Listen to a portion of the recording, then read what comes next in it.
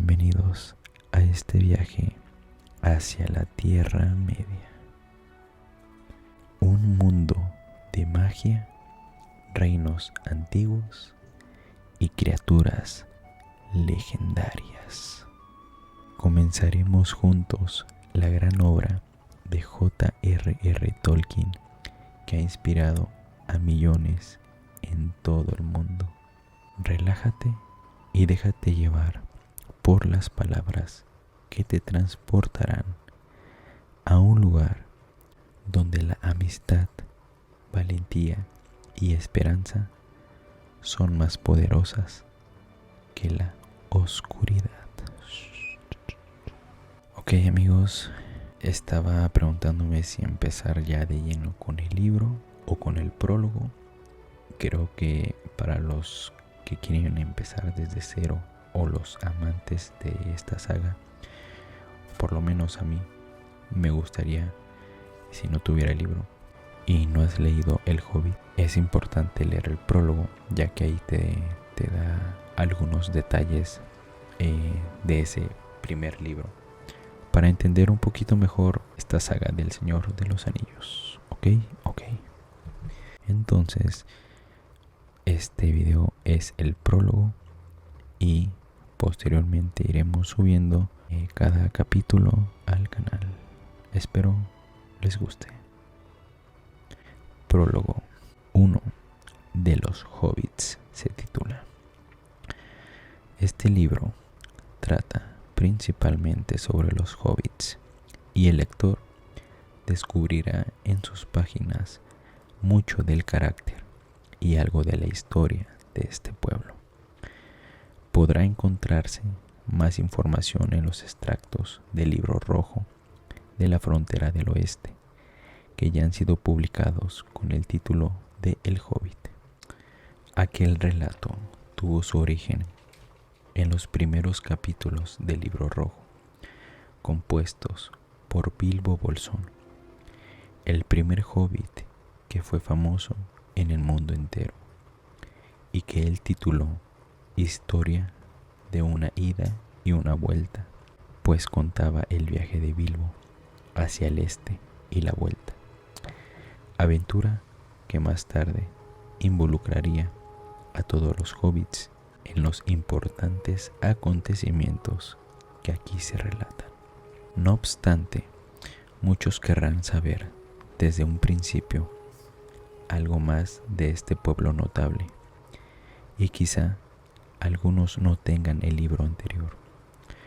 Para esos lectores se han reunido aquí algunas notas sobre los puntos más importantes de las tradiciones de los hobbits y se recuerda brevemente la primera aventura.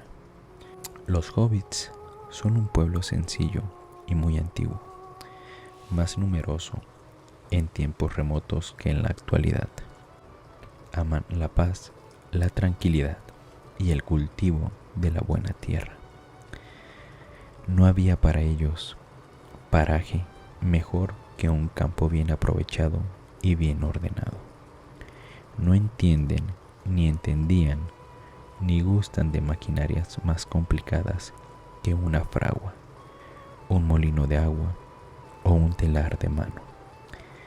Aunque eran muy hábiles con toda clase de herramientas, incluso en tiempos antiguos, desconfiaban en general de la gente grande, como nos llaman, y ahora nos eluden consternados y es difícil encontrarlos. Tienen el oído agudo y la mirada penetrante, y aunque engordan fácilmente y nunca se apresuran si no es necesario, se mueven con agilidad y destreza. Dominaron desde un principio el arte de desaparecer rápido y en silencio.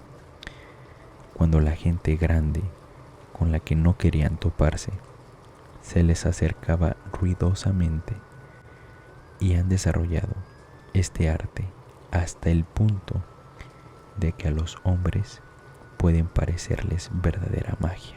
Pero los hobbits jamás han estudiado magia de ninguna índole, y esas rápidas desapariciones deben únicamente a una habilidad profesional que por la herencia y la práctica y una íntima amistad con la tierra han desarrollado, tanto que es del todo inimitable para las razas más grandes y torpes.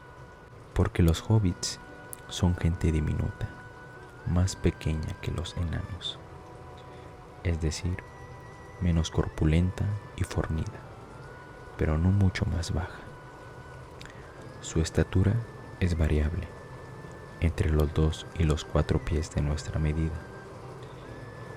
Hoy en día, pocas veces alcanzan los 3 pies, pero se dice que han vuelto más pequeños y que en otros tiempos eran más altos.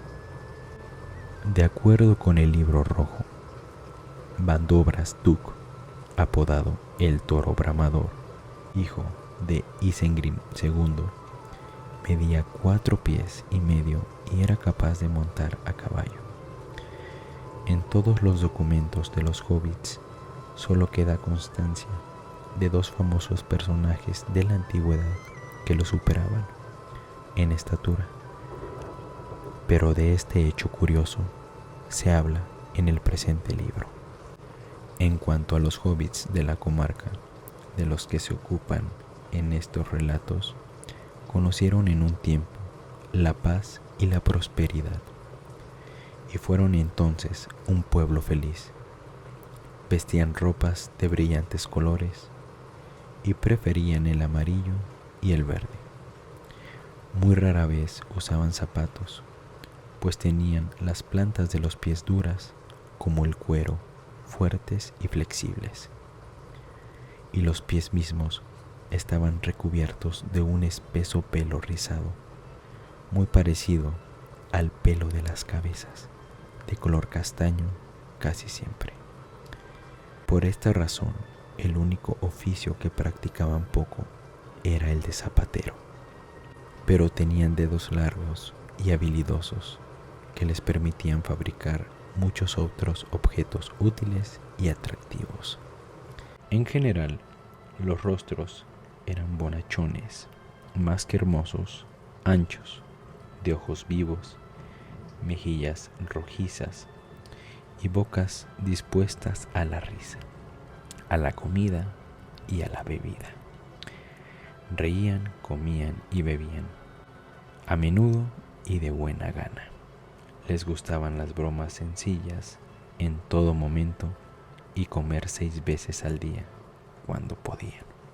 Eran hospitalarios, aficionados a las fiestas y los regalos, que entregaban libremente y aceptaban con entusiasmo.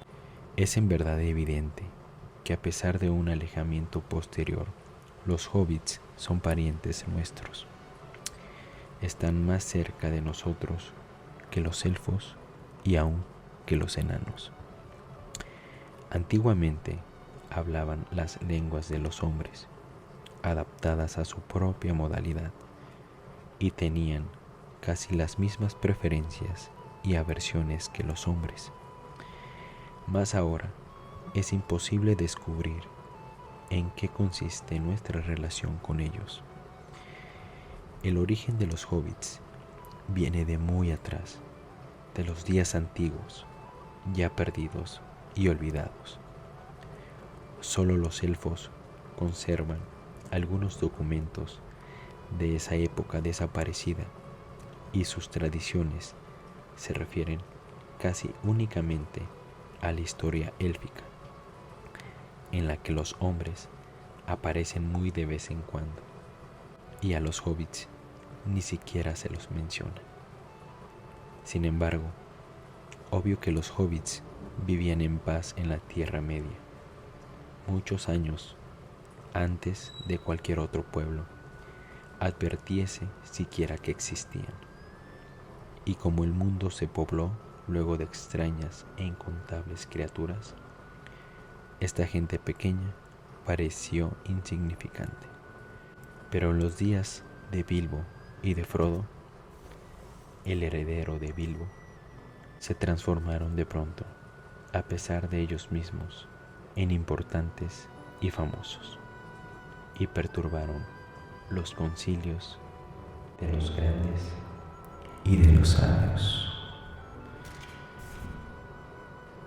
Aquellos días, la tercera edad de la Tierra Media, han quedado muy atrás, y la conformación de todas las tierras ha cambiado.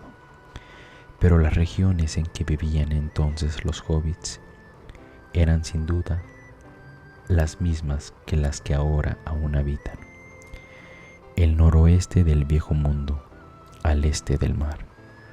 En la época de Bilbo, los hobbits no sabían de dónde venían. El deseo de conocimiento fuera de las ciencias genealógicas no era para nada habitual entre ellos. Pero había aún descendientes de antiguas familias que estudiaban sus propios libros e incluso recopilaban de los elfos, los enanos y los hombres noticias de épocas pasadas y de tierras distantes. Solo comenzaron a redactar sus propios documentos después de haberse establecido en la comarca, y sus leyendas más antiguas apenas si se remontan poco más allá de los días del Éxodo. Está perfectamente claro, no obstante, gracias a estas leyendas y a lo que puede descubrirse en el lenguaje y las costumbres de los hobbits, que en un pasado muy lejano ellos también se desplazaron hacia el oeste, como muchos otros pueblos. En sus relatos más antiguos hay referencias oscuras a los tiempos en que moraban en los altos valles del Andiún, entre los lindes del gran bosque verde y las montañas nubladas. No se sabe con certeza por qué emprendieron más tarde la ardua y peligrosa travesía de las montañas y entraron en Eriador. Los relatos hobbits hablan de la manipulación de los hombres en la tierra y de una sombra que cayó sobre el bosque y lo oscureció, por lo que fue llamado desde entonces el Bosque Negro. Antes de cruzar las montañas, los hobbits ya se habían dividido en tres ramas un tanto diferentes: los pelosos, los fuertes y los albos. Los pelosos eran de piel más morena, cuerpo menudo, cara lampiña y no llevaban botas, de manos y pies proporcionados y ágiles, y preferían las tierras altas y las laderas de las colinas. Los fuertes eran más anchos, de constitución más robusta, tenían pies y manos más grandes, preferían las llanuras y las orillas de los ríos. Los albos, de piel y cabellos más claros, eran más altos y delgados que los otros. Amaban los árboles y los bosques. Los pelosos tuvieron mucha relación con los enanos en tiempos remotos y vivieron durante mucho tiempo en las estribaciones montañosas. Fueron los primeros en desplazarse hacia el oeste y vagabundearon por Eriador hasta la cima de los vientos, mientras los otros permanecían en las tierras salvajes. Eran la especie más normal, representativa y numerosa de los hobbits, y también la más sedentaria, y la que conservó durante más tiempo el hábito ancestral de vivir en túneles y cuevas. Los fuertes vivieron muchos años a orillas del río Grande, el Anduin, y temían menos a los hombres. Vinieron al oeste después de los pelosos y siguieron el curso del Sonorona hacia el sur. Muchos de ellos vivieron un tiempo entre Tabard y los límites de las tierras braunas antes de volver al norte. Muchos de ellos vivieron un tiempo entre Tarbat y los límites de las tierras brunas antes de volver al norte. Los albos, los menos numerosos, eran una rama nórdica más amiga de los elfos que el resto de los hobbits y más hábil para el lenguaje y los cantos que para los trabajos manuales. Siempre habían preferido la caza a la agricultura. Cruzaron las montañas al norte de Rivendell y descendieron el Fonte Gris.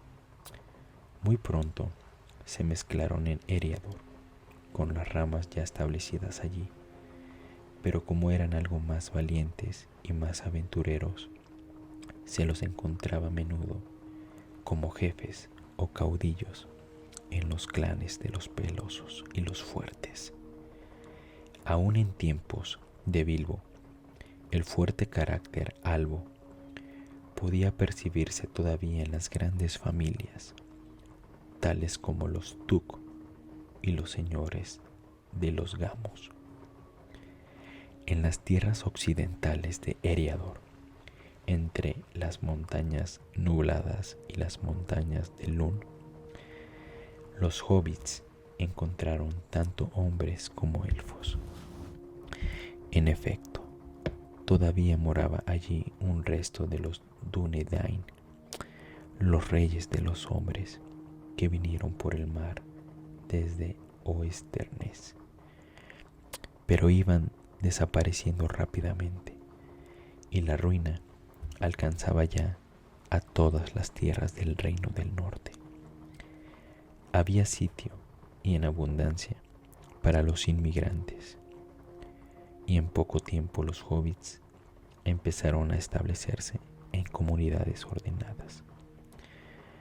De la mayoría de las primitivas colonias no quedaba ya ni siquiera el recuerdo en tiempos de Bilbo, pero una de las más importantes de aquella época se mantenía aún, aunque reducida de tamaño. Estaba en Bree y en medio del bosque de Chet que lo rodeaba, a unas 40 millas al este de la comarca. Fue en aquellos tempranos días, sin duda, cuando los hobbits aprendieron a leer y comenzaron a escribir a la manera de los Dúnedain, quienes a su vez habían aprendido este arte de los elfos. También, en ese tiempo los hobbits olvidaron todas las lenguas que habían usado antes y desde entonces hablaron siempre la lengua común que llamaba Oestron y que era corriente en todas las tierras de los reyes, desde Arnor hasta Gondor y a lo largo de toda la costa del mar, desde Belfalas hasta Lún. Sin embargo, conservaron unas pocas palabras de su propio idioma, así como los nombres que habían usado para los meses y los días, y una gran cantidad de nombres personales del pasado. Alrededor de esta época, la leyenda comenzó a convertirse en historia entre los hobbits al iniciarse el cómputo de los años, porque fue en el año 1601 de la tercera edad cuando los hermanos albos, Marcho y Blanco, salieron de Bree, después de haber obtenido permiso del gran rey de Fornost. Cruzaron el Baraduin, el río Pardo, con un gran séquito de hobbits. Pasaron por el puente de los Arbotantes, que había sido construido durante el apogeo del Reino del Norte, y tomaron posesión de toda la tierra que se extendía más allá, donde se establecieron entre el río y las colinas lejanas. Todo lo que se les pidió a cambio fue que mantuviesen en buen estado el puente grande, junto con los demás puentes y caminos, que facilitasen el trabajo a los mensajeros del rey, y que reconocieran su soberanía. Así comenzó el cómputo de la comarca, pues el año del cruce del Brandivino, el nuevo nombre que los hobbits dieron al Baranduin, se transformó en el año 1 de la comarca, y todas las fechas posteriores se calcularon a partir de entonces. Los hobbits occidentales se enamoraron de la nueva tierra desde el primer momento. Se quedaron allí y muy pronto desaparecieron nuevamente de la historia de los hombres y de los elfos. Aunque aún había allí un rey del que eran súbditos formales, en realidad estaban gobernados por jefes propios y nunca intervenían en los hechos del mundo exterior. En la última batalla de Fornost con el señor brujo de Angmar, enviaron algunos arqueros en ayuda del rey, o por lo menos así lo afirmaron, si bien esto no aparece en ningún relato de los hombres.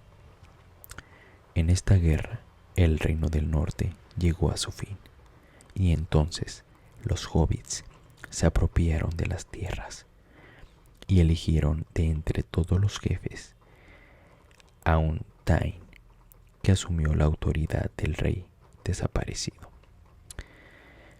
Allí, durante unos 1000 años, apenas se vieron afectados por las guerras y prosperaron y se multiplicaron después de la plaga negra, hasta el desastre del largo invierno y la hambruna que le siguió.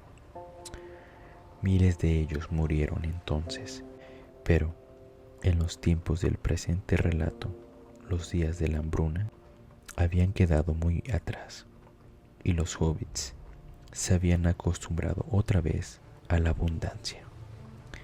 La tierra era rica y generosa, y aunque cuando llegaron a ella había estado desierta durante mucho tiempo, en otras épocas había sido bien cultivada, y allí el rey había tenido granjas, maizales, viñedos y bosques.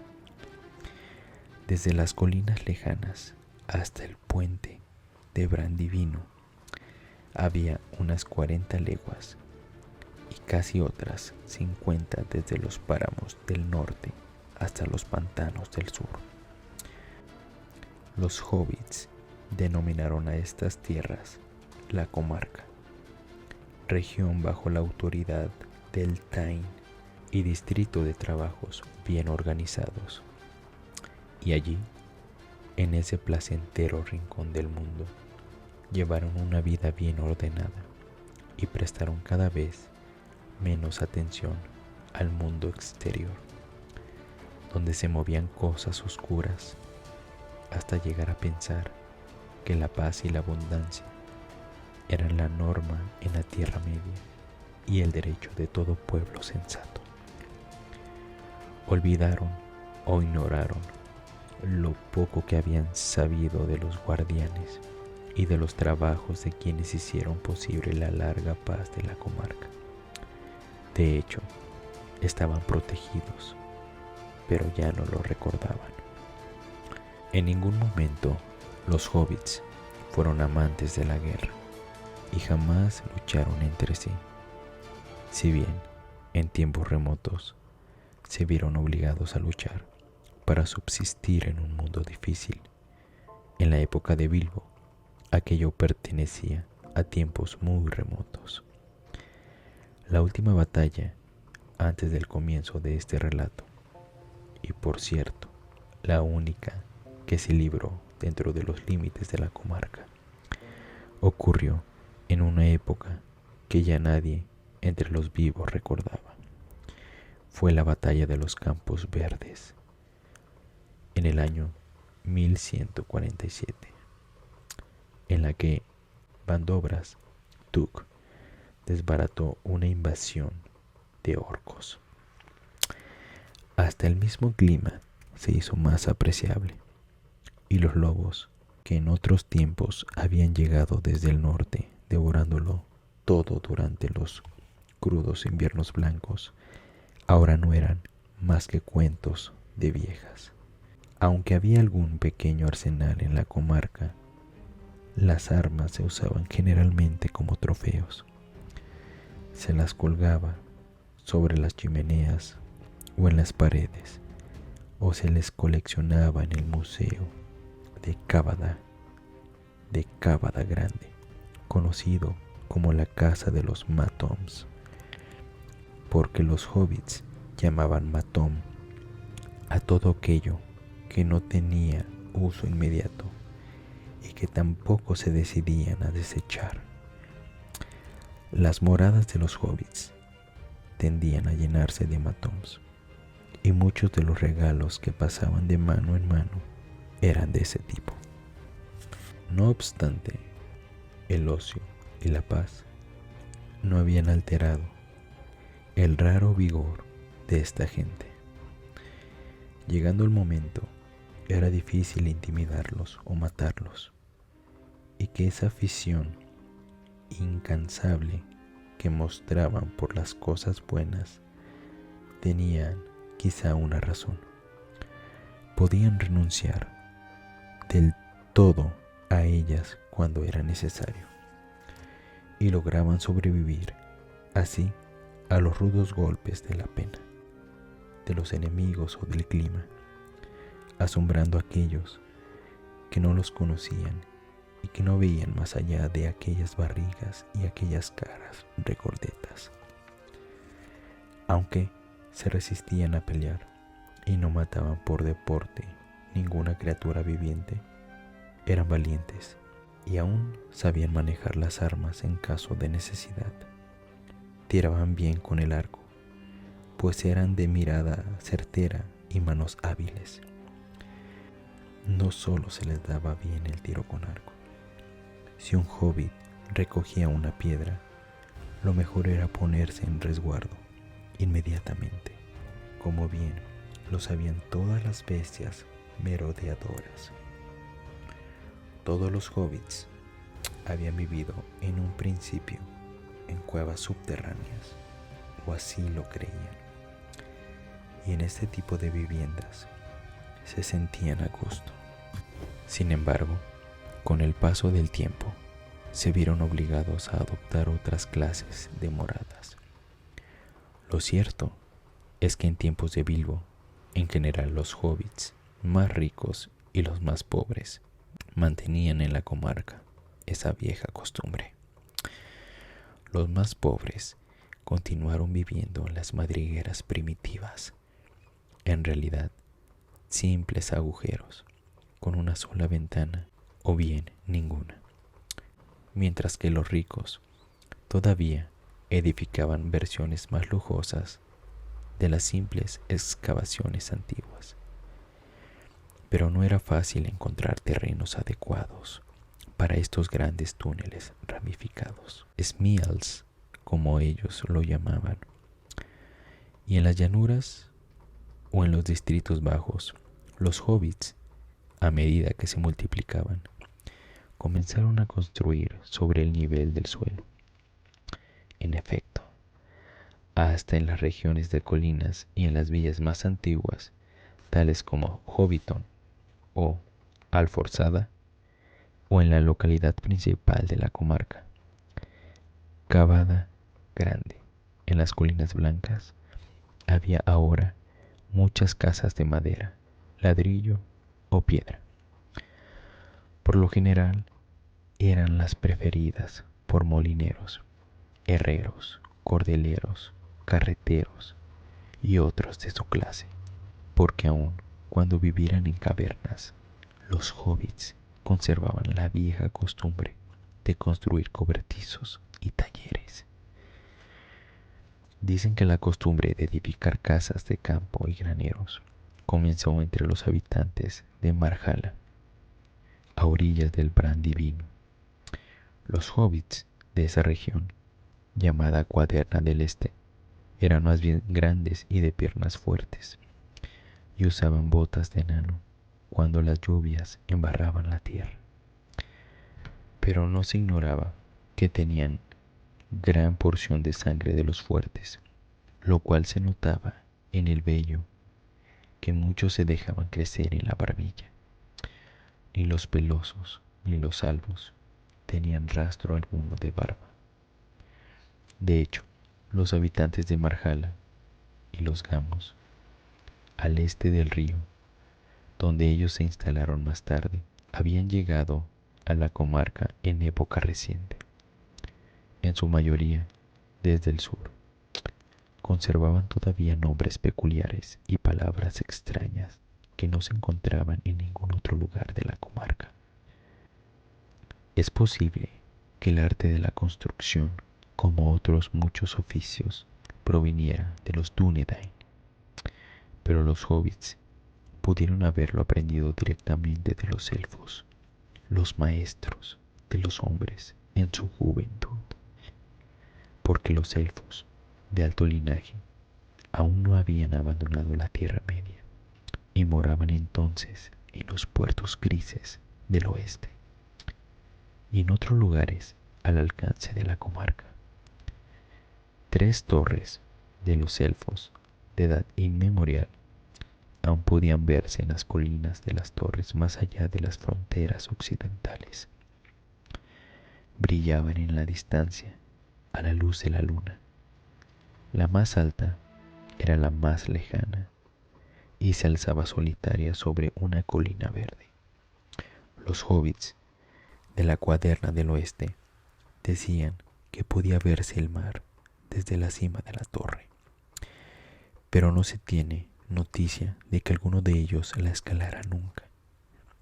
En realidad, de hecho, muy pocos hobbits habían navegado o siquiera visto el mar, y menos aún habían regresado para contarlo.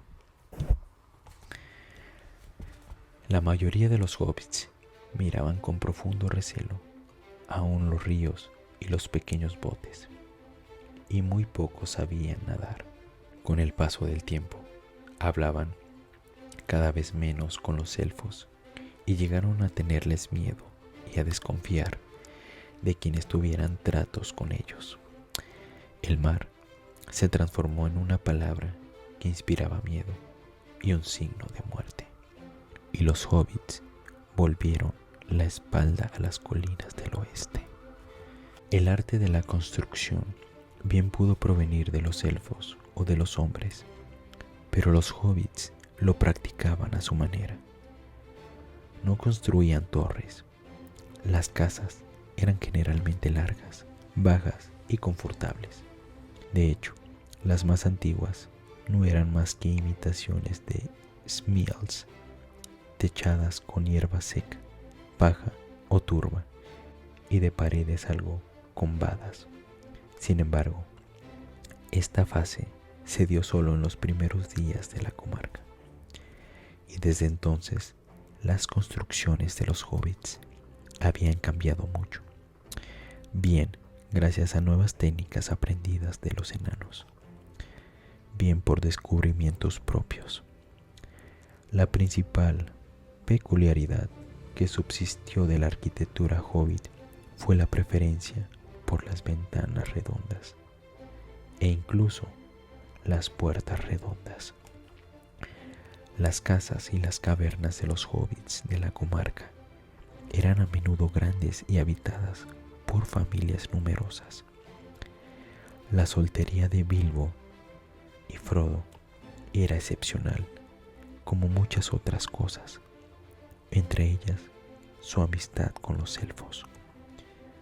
A veces, como el caso de los Duk, de los grandes Smials y de los Brandigamo de Casa Brandi, muchas generaciones de parientes vivían juntas en paz en una mansión ancestral de numerosos túneles.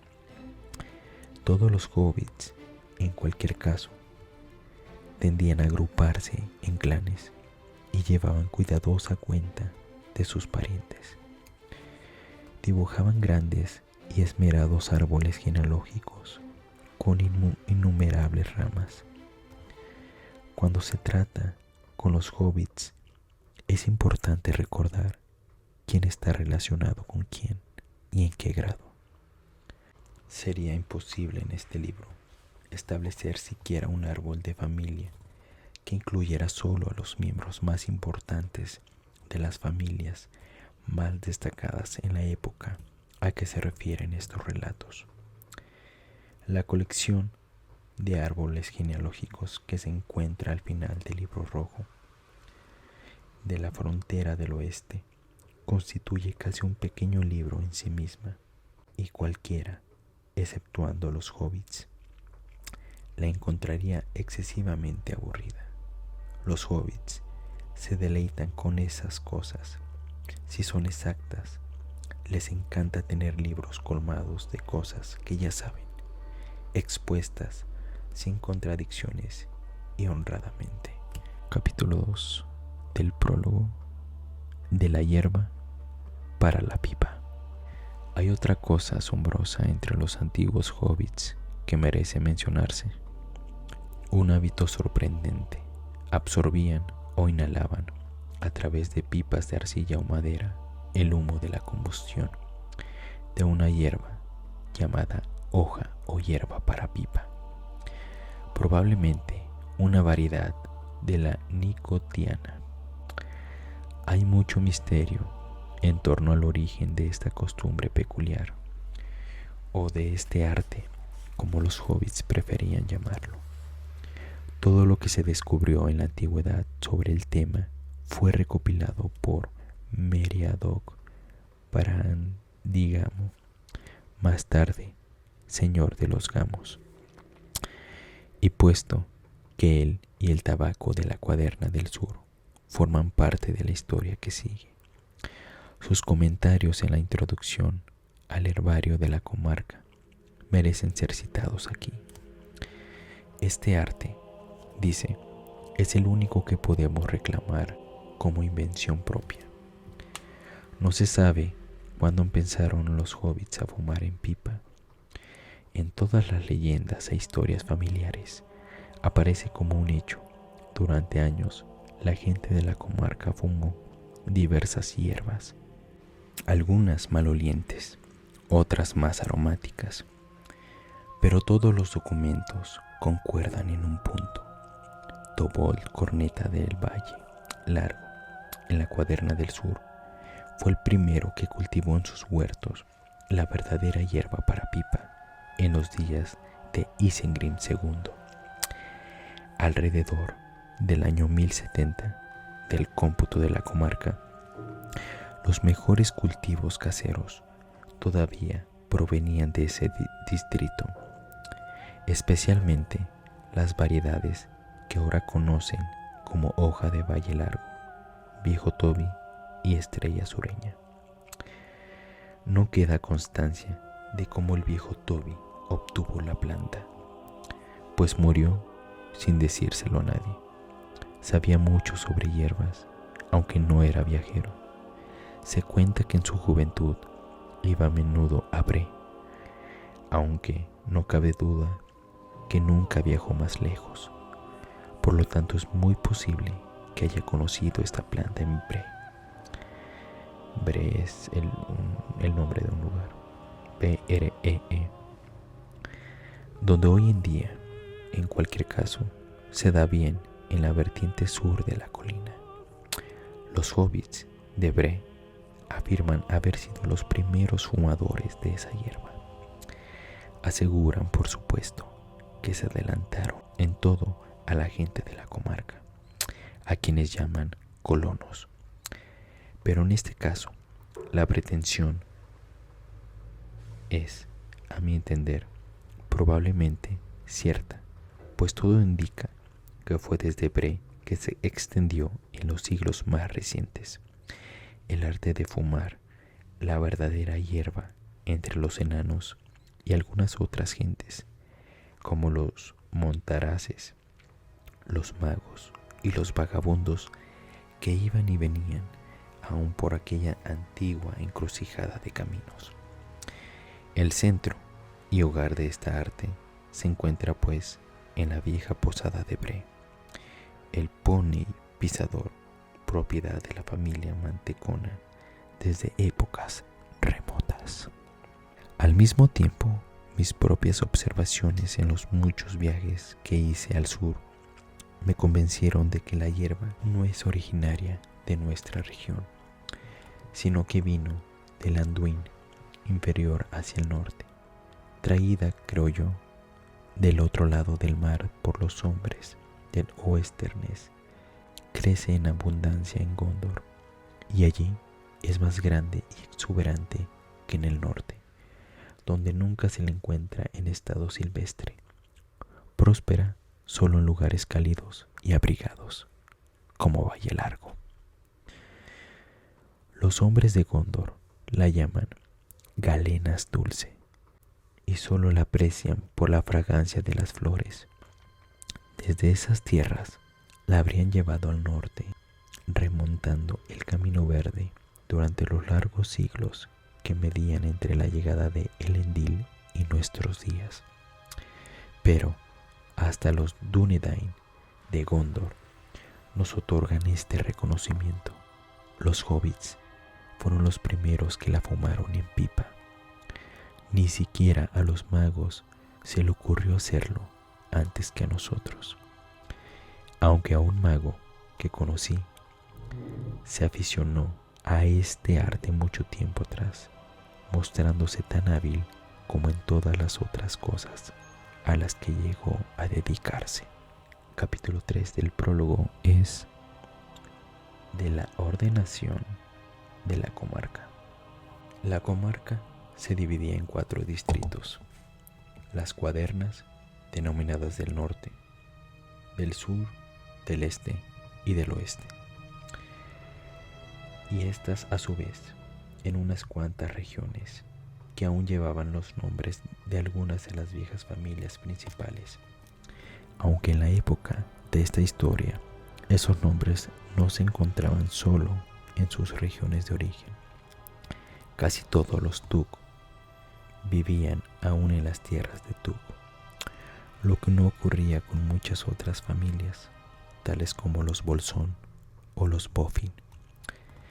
Más allá de las cuadernas estaban las fronteras este y oeste, el país de los Gamos, y la frontera del oeste, que fue añadida a la comarca en el año 1452. La comarca en aquel momento apenas tenía gobierno. Las familias cuidaban en general de sus propios asuntos y dedicaban la mayor parte del día al cultivo y al consumo de alimentos. En otras cuestiones eran por lo común gente generosa y no avariciosa, pero moderada y satisfecha, de modo que las heredades, granjas, talleres y pequeños negocios tendían a conservarse invariables durante generaciones. Naturalmente, aún se conservaba la antigua tradición que hablaba de un rey de Fornost, también llamado Norburgo, muy al norte de la comarca, pero no había habido rey allí desde hacía casi 1000 años, y las ruinas de Norburgo estaban cubiertas de hierba. Sin embargo, los hobbits aún decían de los pueblos salvajes y las criaturas malignas, como los trolls, que no habían oído hablar del rey. Atribuían al antiguo rey todas las leyes esenciales y por lo general las aceptaban de buen grado, ya que eran los preceptos a la vez antiguos y justos.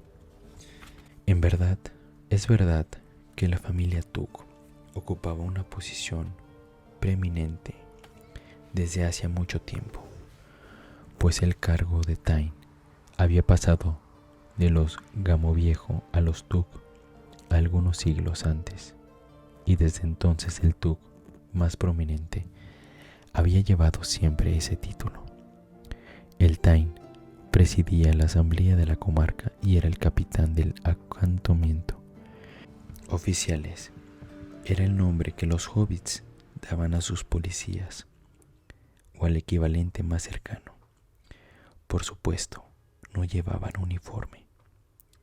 sino una simple pluma en el sombrero, y en la práctica eran guardias campestres, más que policías, y se ocupaban más de los animales extraviados que de las gentes. En toda la comarca solo había 12, 3 en cada cuaderna, para trabajos internos. Un cuerpo bastante mayor, que variaba de acuerdo con la necesidad, estaba dedicado a batir las fronteras y procurar que la gente del exterior de cualquier clase, grandes o pequeños, no molestaran demasiado. En la época en que empieza esta historia, los fronteros, como se los llamaba, se habían multiplicado mucho. Había numerosos informes y quejas acerca de las personas y criaturas extrañas que merodeaban fuera o dentro de los lindes. La primera señal de que todo no estaba completamente en orden, como lo había estado siempre, excepto en cuentos y leyendas de un pasado muy lejano. Habían pasado 60 años desde que emprendiera el memorable viaje, y era viejo hasta para los hobbits, quienes con frecuencia alcanzaban los 100 años. Pero era evidente que todavía conservaba gran parte de la considerable fortuna que había traído de vuelta. Cuánto o cuán poco no lo había revelado a nadie, ni siquiera a Frodo, su sobrino favorito. Y todavía guardaba en secreto el anillo que había encontrado. Último capítulo del prólogo, el cuarto, se titula Del descubrimiento del anillo. Tal y como se cuenta en el Hobbit, un día llegó a la puerta de Bilbo el gran mago, Gandalf el Gris, y con él 3 enanos, nada menos que Thorin, escudo de roble, descendiente de reyes, y sus 12 compañeros de exilio. Bilbo salió con ellos, sorprendiéndose a sí mismo para siempre en una mañana de abril del año 1341 del cómputo de la comarca, a la búsqueda del gran tesoro, el tesoro oculto de los reyes enanos, bajo la montaña, debajo de Erebor, en valle, lejos al este. La búsqueda fue exitosa y dieron muerte al dragón que custodiaba el tesoro. Sin embargo, aunque antes del triunfo final se libró la batalla de los 5 ejércitos en la que murió Thorin y se realizaron muchas proezas, el asunto apenas habría incumbido a la historia posterior, o no habría merecido más que un comentario en los largos anales de la tercera edad, si no hubiera sido por un accidente que tuvo lugar en el viaje. El grupo fue asaltado por orcos en un alto paso de las montañas nubladas en el camino hacia las tierras salvajes, y sucedió que Bilbo se perdió un tiempo en las profundas y negras minas subterráneas de los orcos, bajo la montaña, y allí, tanteando en vano en la oscuridad, posó la mano sobre un anillo que se encontraba en el suelo de un túnel. Se lo guardó en el bolsillo. En ese momento, el hallazgo pareció fortuito. Tratando de encontrar la salida, Bilbo siguió descendiendo hasta las raíces de las montañas, hasta que no pudo bajar más. En el fondo de la galería había un lago frío, lejos de toda luz, y una isla rocosa. En medio de las aguas vivía Gollum. Era una pequeña y aborrecible criatura. Impulsaba un botecito con sus pies anchos y planos, y acechando con ojos pálidos y luminosos, atrapaba peces ciegos con sus dedos largos y los devoraba crudos. Se alimentaba de cualquier cosa viviente, aun orcos, si podía apresarlos. y estrangularlos sin lucha. Era dueño de un tesoro secreto que había llegado a él en pasadas edades, cuando todavía vivía en la luz, un anillo de oro que hacía invisible a quien lo usaba. Era lo único que amaba, su tesoro, y hablaba con él incluso cuando no lo llevaba consigo. Lo mantenía oculto, a salvo, en un agujero de la isla, excepto cuando cazaba o espiaba los orcos de las minas. Quizá habría atacado a Bilbo inmediatamente, si cuando se encontraron hubiese llevado el anillo, pero no fue así. El hobbit tenía en la mano una daga de los elfos que le servía de espada. Para ganar tiempo, Gollum desafió a Bilbo al juego de los acertijos, diciéndole que propondría un acertijo, y si Bilbo no podía resolverlo, lo mataría y se lo comería. Pero si Bilbo lo derrotaba, haría lo que él quisiera y le mostraría la salida a través de los túneles. Perdido, sin esperanza en las tinieblas, sin poder avanzar ni retroceder, Bilbo aceptó el desafío. Se plantearon mutuamente muchos acertijos. Al final, Bilbo ganó, quizá más por buena suerte que por inteligencia, pues mientras trataba de dar con algún otro acertijo, encontró en el bolsillo el anillo que había recogido y olvidado, y exclamó: ¿qué tengo en el bolsillo? Gollum no pudo responder, a pesar de exigir 3 oportunidades. Las autoridades, es cierto, difieren acerca de si esta última era una simple pregunta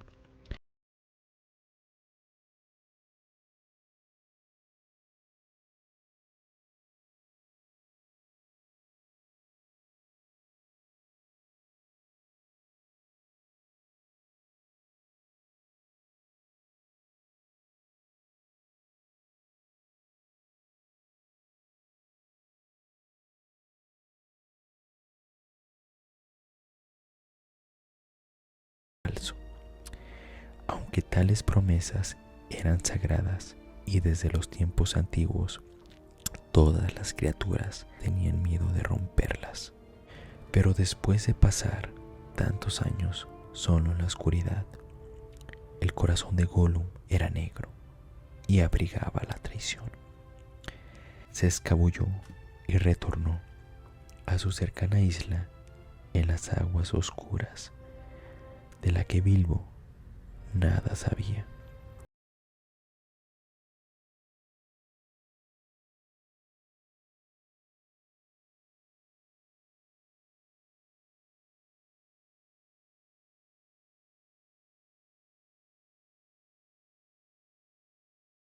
No estaba en la isla, lo había perdido, había desaparecido.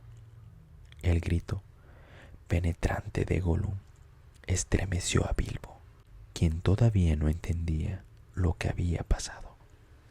Pero Gollum había encontrado por fin la respuesta al acertijo, aunque demasiado tarde. ¿Qué tiene en sus bolsillotes?, gritó. Los ojos le brillaban como una llamarada verde cuando volvió rápidamente sobre sus pasos, decidido a asesinar al hobbit y recobrar el tesoro. Justo a tiempo, Bilbo vio el peligro y huyó ciegamente por el pasaje, alejándose del agua, y una vez más la buena suerte lo salvó, porque mientras corría metió la mano en el bolsillo y el anillo se le deslizó suavemente en el dedo, de modo que Gollum pasó a su lado sin verlo cuando iba a vigilar la puerta de salida para que el ladrón no escapase. Bilbo siguió cautelosamente a Gollum, que corría maldiciendo y hablando consigo mismo sobre su tesoro. Por estas palabras, Bilbo finalmente atisbó la verdad y la esperanza acudió a él en las sombras. Había encontrado el maravilloso anillo y con él la probabilidad de escapar de los orcos y de Gollum. Por fin se detuvieron frente a una abertura oculta que llevaba a las puertas inferiores de las minas, en la ladera oriental de las montañas. Allí Gollum se agazapó, acechando, husmeando y escuchando.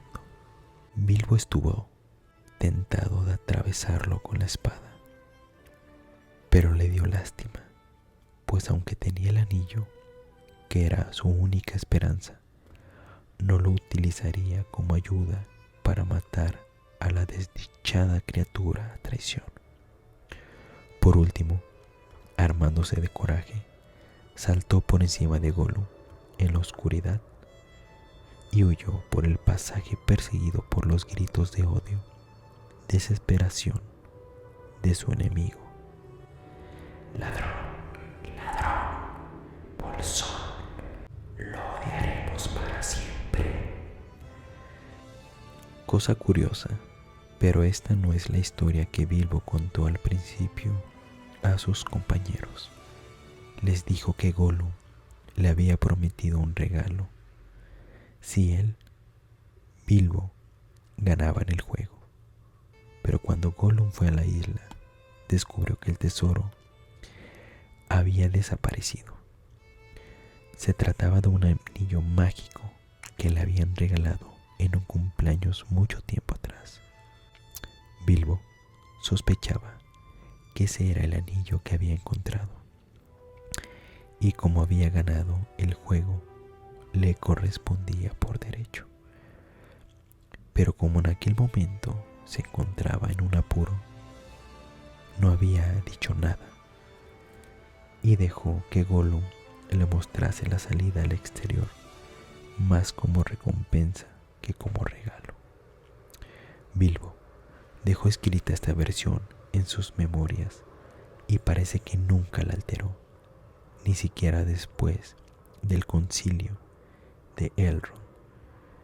Evidentemente sigue apareciendo en el libro rojo y en varias copias y resúmenes, pero muchos ejemplares contienen la verdadera versión, derivada sin duda de notas de Frodo o Sam Sagas, pues ambos conocieron la verdad, y aunque parece que no desearon cambiar nada de lo que el viejo hobbit había escrito.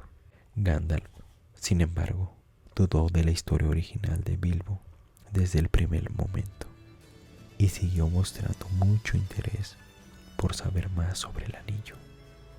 Al fin obtuvo la verdadera historia después de mucho preguntar a Bilbo, lo que por un tiempo enfrió las relaciones entre ellos. Pero el mago parecía pensar que la verdad era importante. Aunque no se lo dijo a Bilbo, pensó que era también importante y perturbador saber que el buen hobbit no había dicho la verdad desde el principio, cosa bastante contraria a su costumbre. La idea de un regalo, sin embargo, no era mera invención del hobbit. Se le había ocurrido a Bilbo, según confesó más tarde, por lo que alcanzó a oír a Gollum, quien en efecto denominó al anillo muchas veces regalo de cumpleaños. También esto le pareció a Gandalf extraño y sospechoso, pero no descubrió la verdad del asunto hasta muchos años después, como se verá en el presente libro. De las posteriores aventuras de Bilbo, poco más que decir aquí. Con la ayuda del anillo escapó de los orcos que guardaban la puerta y se reunió con sus compañeros. Usó el anillo muchas veces mientras iba de un lado a otro, principalmente para ayudar a sus amigos, pero guardó el secreto para sí todo lo que pudo. De vuelta en su casa, nunca habló de él con nadie, excepto con Gandalf y Frodo, y ningún hobbit de la comarca supo de la existencia del anillo, o por lo menos así lo creyó él. Solo a Frodo mostró la crónica del viaje que estaba escribiendo. Colgó la espada, dardo, sobre el hogar y la maravillosa cota de malla, regalo de los enanos tomada del tesoro escondido del dragón. La prestó a un museo, la casa de los Matoms, de cavada grande. Pero en una gaveta en bolsón cerrado conservó la vieja capa y la capucha que había llevado en sus viajes. En cuanto al anillo, lo guardó siempre en un bolsillo, sujeto a una fina cadena.